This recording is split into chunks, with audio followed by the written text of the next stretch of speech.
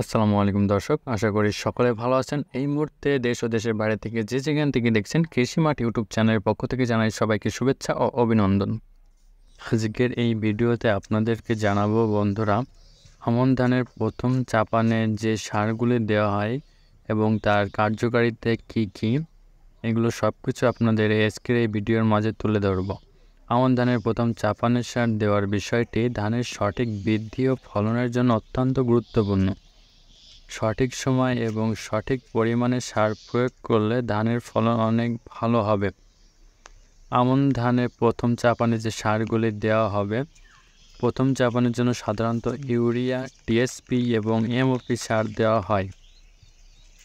Urea nitrogen সরবরাহ করেন, যা ধানের বৃদ্ধি এবং সবুজ ভাব বজায় রাখার জন্য গুরুত্বপূর্ণ।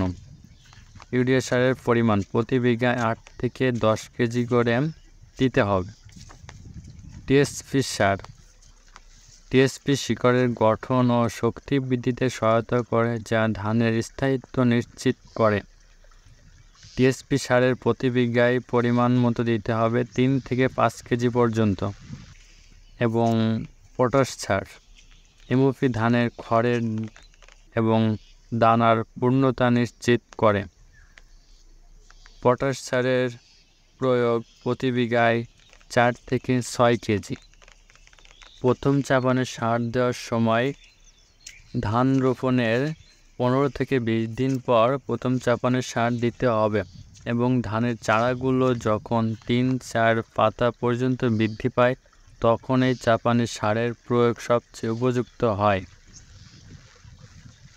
প্রয়োগের সময় সারগুলো সমানভাবে জমিতে ছিটিয়ে দিতে হবে এবং প্রয়োগের পর জমিতে পর্যাপ্ত পরিমাণ পানি রাখতে হবে, যাতে সারের পুষ্টি শিকড়ে ভালোভাবে পৌঁছাতে পারে।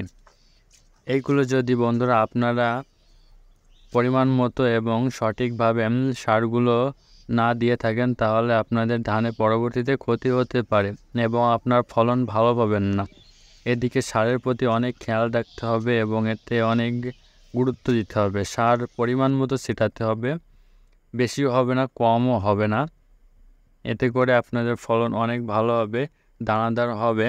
এই আমন মৌসুমে যদি আপনি সার ভালোভাবে না ছেটান এবং ভালোভাবে পর্যবেক্ষণ যদি না করেন, তাহলে আপনার ফলন ভালো হবে না। এদিকে আমাদের অবশ্যই খেয়াল রাখতে হবে এবং সার ছেটানোর আগে আপনারা খেয়াল করবেন জমির আগাছাগুলো পরিষ্কার করে এতে সার ছেটানো, কারণ এতে সারের কার্যকারিতা ধান গাছে অনেক শক্তি উর্বর করবে। আর আপনি যদি আগাছা পরিষ্কার না করে সার ছেটান জমিতে, তাহলে সেই সারের শক্তিগুলো আগাছাতে